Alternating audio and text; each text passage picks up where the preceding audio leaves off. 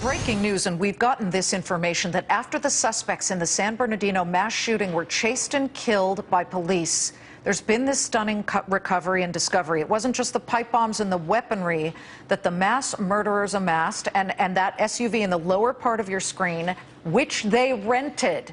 So you need a credit card to rent it. It was the cost of this whole devious operation, and the fact that the main suspect, Syed Farouk, only made about 52 grand a year. As detectives in the FBI now follow the money trail, Phil Segal is a very patient lawyer who does this for a living. He follows money trails. He's managing member at Charles Griffin Intelligence. Following the money trail, I would imagine detectives are hot on that trail.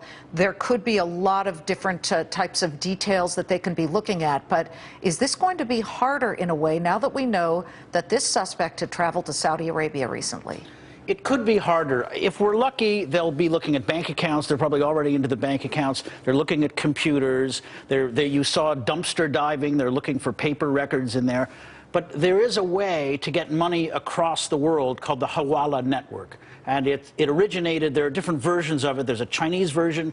The South Asian version is done on a handshake. So all you would need to do is have someone in Karachi, for example, in Pakistan, say, I want to send $20,000 to this guy in San Bernardino or Redlands, and then he goes and picks up his money from a guy on the other end on this handshake network. It's all settled via trade, invoicing, gold in Dubai. There are lots of ways to settle up, but there are almost no records. And this is a major way that people transfer money illicitly. Well, this is disturbing at best, and you know, we started to tally the cost of this operation and how much the 4 guns, so 2 rifles, which we don't know if all 4 guns were legally obtained, so we do know that.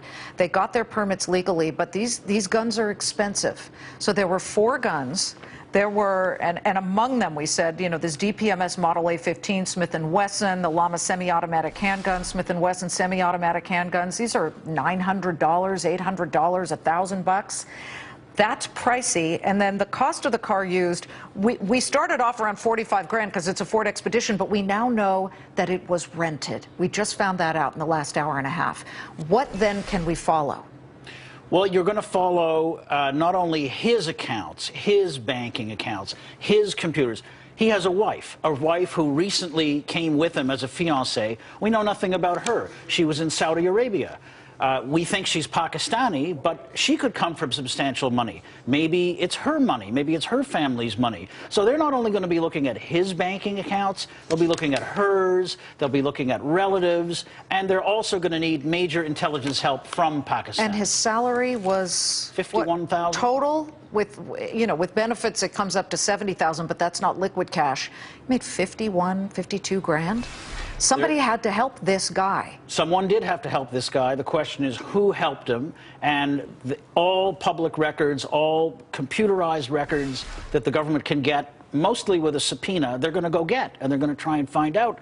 But if the trail ends in Alpha Corporation, Karachi, Pakistan, the U.S. government's going to need extra help, and that's from foreign intelligence in whichever country the money came from. They're going to need to know, well, who is this guy who has this bank account that transferred money to this suspect? And so the U.S. government's not going to be able to do it alone. They're going to need foreign assistance, most likely. Well, it's tough to follow a handshake, isn't it? Yes, it is. Thank you very much. Philip Segal, it's a pleasure to have you.